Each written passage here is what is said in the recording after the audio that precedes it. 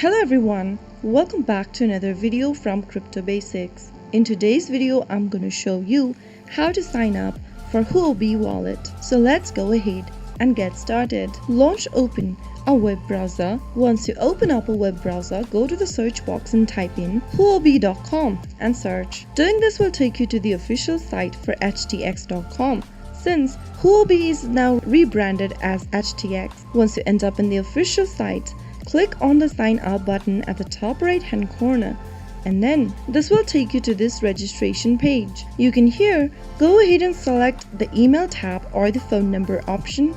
If you've chosen phone number, select your country code and enter your phone number in the text box and click next. On the next page, you'll need to enter the code sent on your phone number to get started. If you want to continue with email, select the email tab and enter a valid email address. Now, click the next button and then slide the slider to complete the puzzle piece. On the next page, enter the verification code sent to you via email. You'll then receive an email from HTX to confirm your registration. Simply go ahead and copy the code that you received. Now, go to the next tab and then enter the verification code or paste it in, and then it'll ask you to enter a new password for your account. While creating a password, make sure to type in at least 8 characters long password. It must include at least 2 of the following from numbers, alphabets, letters, and special characters. After you are done, click on Begin your HTX journey. Soon after you are done, you'll be able to create a new account for HTX. You can also download the application on your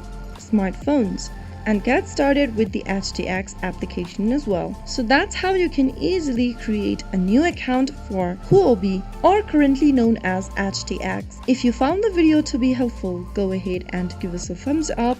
Don't forget to subscribe to our channel by hitting the subscribe button. Also press the bell icon so that you'll never miss another upcoming upload from us. I'll see you again in the next video.